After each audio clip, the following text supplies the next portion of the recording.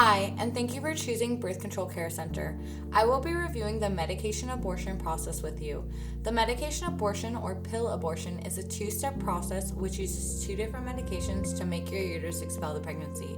The first medication is called Mifeprex. You will take the Mifeprex in our office today. Mifeprex works to block any further growth of the pregnancy and to prepare the pregnancy to be easily expelled by the uterus. By itself, though, it does not make the uterus expel the pregnancy, and that is why you need to take a second medication to finish the process. You will take the second medication called misoprostol at home 24 to 48 hours after taking the Mifeprex.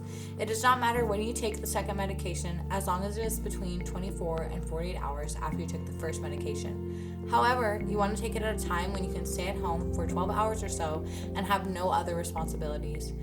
We will be prescribing nausea medication and pain medicine for you. We recommend that you take these together 30 minutes before taking the misoprostol. There are 4 misoprostol tablets, and you will take them by placing them between your cheek and lower gum, 2 on each side. You will hold them there for 30 minutes. They may or may not dissolve. After the 30 minutes has passed, you will take some water and rinse and swallow, making sure you swallow any remaining parts of the tablets. If by chance you should vomit after swallowing the remainder of the tablets, do not worry. The medication should be effective as long as you have kept it between your cheek and gum for 30 minutes. Bleeding and cramping usually begin between 1 and 4 hours after taking the misoprostol. Once the bleeding and cramping starts, it usually goes on for between 2 and 6 hours. Once you have expelled the pregnancy, bleeding and cramping improve quickly.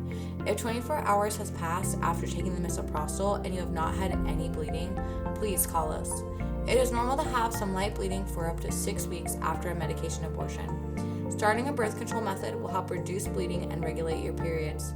It is also normal for your pregnancy tests to remain positive for several weeks. The pill abortion fails about 2 out of 100 times, so that means it is very important for you to return for your follow-up visit. At the follow-up, we will perform a vaginal ultrasound to confirm that you are no longer pregnant. If you are still pregnant, we will offer you the surgical abortion at no additional cost. If you miss your follow-up appointment, please call to reschedule. After the medication abortion, you may resume all activities, including sexual activity, bathing, swimming, working, and working out as soon as you feel up to them. But use common sense. If something you do makes you uncomfortable, stop and try again in a day or 2. We never recommend douching. Remember, if you are not using a method of birth control and you resume having sex, you may become pregnant again. We are available 24 hours a day, 7 days a week, including weekends and holidays. So call us if you have any questions or concerns. There are multiple forms you will need to read, fill out, and sign before your procedure.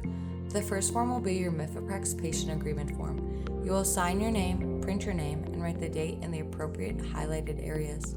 Next, you will have the counseling information form, and you will print your name and date the highlighted areas. And then read the highlighted questions and fill out the rest of the form. The following page will be the Nevada Written Informed Consent Form for Controlled Substance Therapy for Pain. This is a consent form for receiving narcotics. For this page, you will need to initial in the highlighted areas, then flip it over and initial in the highlighted areas, sign your name, and date the page. Your next paper to fill out will be the consent for abortion with Mifeprex and misoprostol.